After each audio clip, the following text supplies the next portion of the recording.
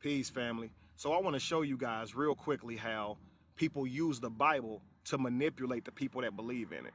Because there's something you're not doing enough of, and Paula White's about to tell you what you need to do more of in order to fix this problem. I believe this is going to be a supernatural year for you. A year of seeing God's goodness and God's greatness, but God has a way of doing things. You see, God himself, all throughout his word, said, hey, all first belong to me. He lays claim to it. He says that first are holy. It's the irrevocable giving over to God, things that belong to him that he lays claim to. It's what we call the principle of first fruit. First fruit literally means chief. It means essential, fundamental. It is the first, the choice part of the crop or the harvest. It also comes from a root word of bekor, which means birthright. So all firstborn belong to God. All first of harvest belong to God. All first of new beginnings belong to God. Everything that is a first belongs to God. Lay claim to first fruits. Let's deal with that. Anytime you read the Bible and look up anywhere where it's talking about fruit, harvest, because these are the words that they like to use. These are the words that she specifically used. It is literally talking about food, not money. But why money? How did we get to money? Let's talk about money. What is it exactly? Money is paper. Did you know money, $1 costs 2 cents to make?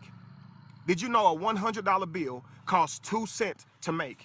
Now I want you to think about this. They're the same size, they have the same amount of ink. So really, what is 10%? Basically what they're saying is that God wants 10% of the value attached to money. Money is really, or paper is really 2 cents per paper, 2 cents per dollar. But you're supposed to give 10% of your income, your earnings, right? But get this, first of all, she's saying that God is requiring printed paper, okay, from you as an offering, when the Bible literally says it's food every time, okay? Every time that someone's talking about giving first fruits or an offering or a harvest, it is talking about food, all right? But now we're talking about tithe. Here's the principle. The principle of first fruits is that when you give God the first, he governs the rest and redeems it. There is a curse on all of mankind. We know that Jesus, which is why he became the first fruit of many brethren. We understand that the principle of first is so important that whatever you give God first, because it already belongs to him, it redeems the rest. So in the beginning, it's very important. Deuteronomy 16:16, God says, do not stand before me empty-handed. So right now, I want you to click on that button, and I want you to honor God with his first fruits offering by putting God first this year. Say, God, I honor you. Remember that where your treasure is, there your heart is also. So give to God what already belongs to him and honor him with a first fruit, and you watch. How can she even accept your money? Did you know in the Bible you had to be a Levite or from the tribe of Levi, a descendant of the tribe of Levi, to even collect the tithe or offering? Did you know that? Did you know that no one alive today can say that they were from that tribe?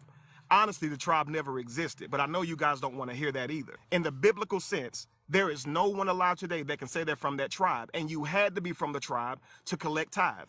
Now, I want to point out how a lot of ministers and preachers seem to shove themselves in between you and God when it comes to money. They want you to believe that you can talk to God just like they can, but when it comes to money, they want to be in between you and God. Please tell me how Paula White can get your money to God. Please tell me how she can deliver your money to God. I'll wait. Okay, so please tell me how your pastor can get your money to God. Please tell me how anybody visiting your church asking for offerings in that way can get your money to God. It's impossible. But it's crucial because he says, do not come before me empty-handed. You see, what you do in January, no matter what happens in July or August or September, you literally are sending a signal for the promise which is to come. So it doesn't mean you can dictate or manipulate what's going to happen in July or August, but it means this, that you have put God first in every aspect of this year. So by doing that and by bringing him an offering, a first fruits offering, and presenting to him in obedience to the word, you are redeeming the rest. So I hope there's so much I want to get to you. There's just so much to study. And you go, well, how do I do it? Well, for your first fruits offering, because I don't even want to say gift because this is so holy. It belongs to the Lord. For your first fruits offering, and first fruits is the full of. It's not the tithe. Tithe is 1/10 of your gross income. It's the first tenth, not just any tenth. That's why it redeems the curse. But the first fruit is the whole of. Many of us bring one day. Some of us bring 1 week. Some of us bring an entire month's salary because we understand the principle of all first belong to God. So if you want to give your money to God, simply welcome God into your bank account. Tell God take whatever he needs, right? Tell God take whatever he needs from your wallet, okay? Because here's the truth. You're not even sending God dollars, even if you were. You're not even sending Paula White dollars.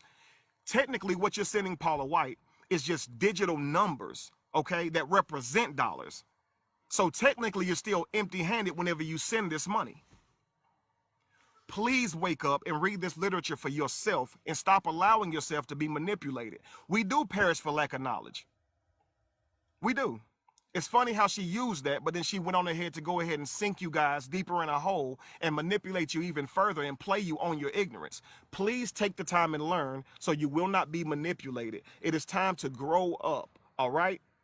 This is Kevin Wesley just trying to bring you truth and protect you guys, all right? Please make sure you show up in Irving, Texas. That is February the 9th and the 10th. If this did anything for you, you definitely don't want to miss this event because I'm offering what I like to call religious self-defense. Don't miss it, family. Peace. 1 for the money, 2 for the show.